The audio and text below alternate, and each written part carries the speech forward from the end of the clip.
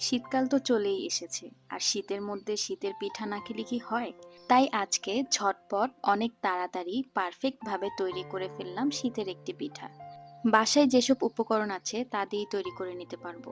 গুঁড়া দুধ 1 টেবিল চামচ, খেজুরের গুড়, সুজি এবং চালের গুঁড়ো আটা একসাথে মিক্সড করে নিয়েছি 1 টেবিল চামচ। আর এখানে পুর বানানোর জন্য একটি বলের মধ্যে মেজারমেন্ট করে রাখা সবগুলো উপকরণ আমি এক এক করে ঢেলে দিচ্ছি। সবগুলো উপকরণ একসাথে মিশিয়ে তারপর এটার মধ্যে নরমাল টেম্পারেচারে রাখা পানি দিয়ে আমি উপকরণগুলা গুলিয়ে নিব একসাথে। পাটিসাপটা পিঠা বানানোর জন্য যে রুটিটা বানাবো সেটার গুলাটা বেশি শক্ত করা যাবে না, নরমও করা যাবে না। অন্যদিকে আমি চুলায় দুধের ছানার সাথে সুজি মিক্সড করে দিয়েছি। ছানাটা আমার আগেই বানানো ছিল, তাই আমার বেশি সময় লাগেনি। ছানা বানানোর রেসিপি তো আপনারা সবাই জানেন, তাই আপনাদেরকে দেখাই। আমার ভিতরের খিসাটা ঠিক এরকম পারফেক্ট হবে। এবং রুটি বানানোর জন্য একটি ফ্রাই প্যানের মধ্যে অল্প পরিমাণ তেল নিয়ে তেলটা এমন করে ছড়িয়ে দিতে হবে।